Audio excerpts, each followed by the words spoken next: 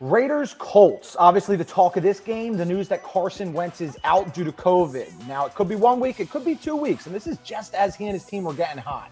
Yeah, well, Matt, there's a chance he plays. Now, I think it's highly unlikely, but he would have to pass 2 tests prior to the game. There's a long shot, but I think we're going to see Sam Ehlinger play, their 6th-round pick out of Texas. Now, keep in mind, he's made 3 appearances this year, but he doesn't have a single attempt. He's never started a game. He's never thrown a pass in the league, and so that's a tough assignment.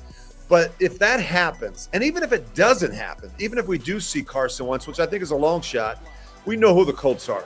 They want to run the football. They've got a great running back, and that's what they're going to do. They're just going to continue to find a way to force the ball into the hands of Jonathan Taylor. And I don't see why you would do anything different. You look at the production this guy has had, over 1,600 rushing yards. He's got 17 rushing touchdowns, both tops in the NFL. And regardless of who plays quarterback, but especially if it's the rookie Ehlinger, they're going to run the football a lot in this one.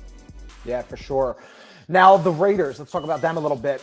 They squeaked past the Broncos last week. Another solid performance by Derek Carr. He went 20 for 25, 201 yards, TD, and an interception. Now, it's actually his 7th career game with at least 80% completions on at least 25 attempts. Now, the Raiders are getting 7.5 points on the Colts on the Park Sportsbook app. Do you think that's too many or too little? No, I think it's just about right. I think when you look under the hood, Matt, at the numbers, especially with Derek Carr, you mentioned what's going on. In his last 8 starts, they're just 3-5, and he's thrown 8 touchdowns and 7 interceptions. He hasn't really had the benefit of Darren Waller, one of the best tight ends in football, the last month. They lost Henry Ruggs when they waived him after the accident. And so the big plays down the field have simply dried up. Now, the good news for the Raiders is Josh Jacobs finally cracked the 100-yard rushing mark last week. They got the running game cranked up against Denver. They would need to do that again against the Colts. I don't think they can do that against this Colts defense. This is a really stingy defense to get Darius Leonard back this week, one of the best, all-pro linebacker for the Colts. I think this is going to be a tough game for the Raiders to go on the road against the Colts. It would certainly help. There's no question about it if Carson Wentz doesn't play. Matt, we talk about a lot of these quarterbacks. Carson Wentz has flown under the radar a little bit. You look at his numbers this year, and you compare him to that big year he had in Philadelphia. He's thrown 25 touchdowns, and the magic number, just 6 interceptions. He's taken great care of the football. He's made good decisions. He's put his team in a position to have a chance to win each week. Frank Reich's done a great job. And Carson Wentz, for Philly fans out there, he's found a new home, and he's been very productive this year for the Colts. Yeah, absolutely. As a Philly fan, I got down on him, but you're looking back, and all of those sacks, I don't think they were his fault. And I actually am happy for Carson Wentz that, he's found his footing in the NFL, because I think he's a good guy.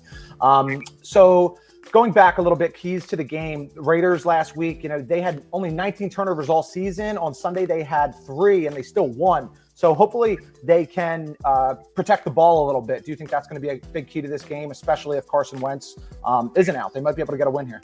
Absolutely, Matt. They were fortunate last week. They turned the ball over 3 times against the Broncos and still found a way to win. They hadn't done that all year. And here's the other interesting nugget that you should keep an eye on. When you look at the Colts defense, no one has been better this year taking the football away. They've got 31 takeaways, and they're the best in the NFL at points off of turnovers.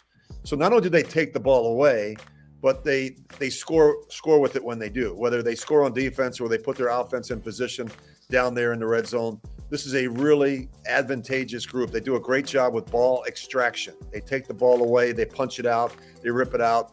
They play their ball hawks back there in the secondary. So, you look at Derek Carr, and I mentioned the numbers, 7 turnovers in his last 8 starts, 7 interceptions in his last 8 starts. He's had a couple fumbles as well. He's got to do a good job with ball security. If you turn the football over on the road in this league, the opportunities and the percentages aren't in your favor. Yeah, for sure. I'm sure they're focusing on that this week, especially with that Colts stat you mentioned.